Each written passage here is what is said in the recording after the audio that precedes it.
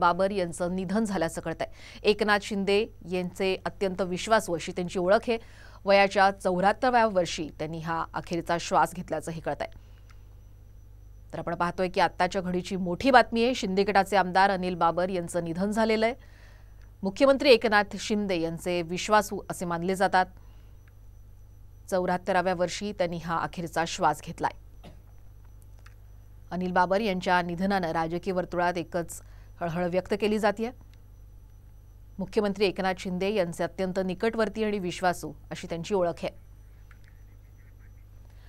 या संदर्भात अधिक माहिती घेऊयात आमचे प्रतिनिधी विजय पाटील यांच्याकडनं। विजय, काय अधिकचे अपडेट्स आहेत?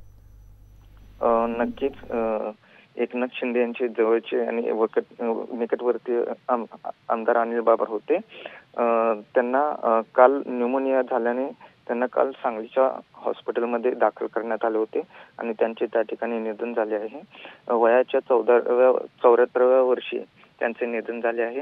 त्यांना पाणीदार आमदार म्हणून विटा खानापूर तालुक्यात मध्ये ओळखलं जात होतं आणि त्यांनी ते त्या ठिकाणचे आमदार होते। मात्र ते आजारी असल्यामुळे त्यांचे या ठिकाणी निधन झालेले आहे विटा खानापूर विधानसभा मतदारसंघामध्ये। त्यामुळे शोककळा पसरली आहे।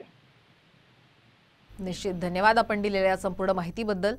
तर आपण पाहतोय शिंदे गटाचे आमदार अनिल बाबर यांचं निधन झालेलं आहे। मुख्यमंत्री एकनाथ शिंदे यांचे अत्यंत विश्वासू आणि निकटवर्ती असे ते मानले जायचे।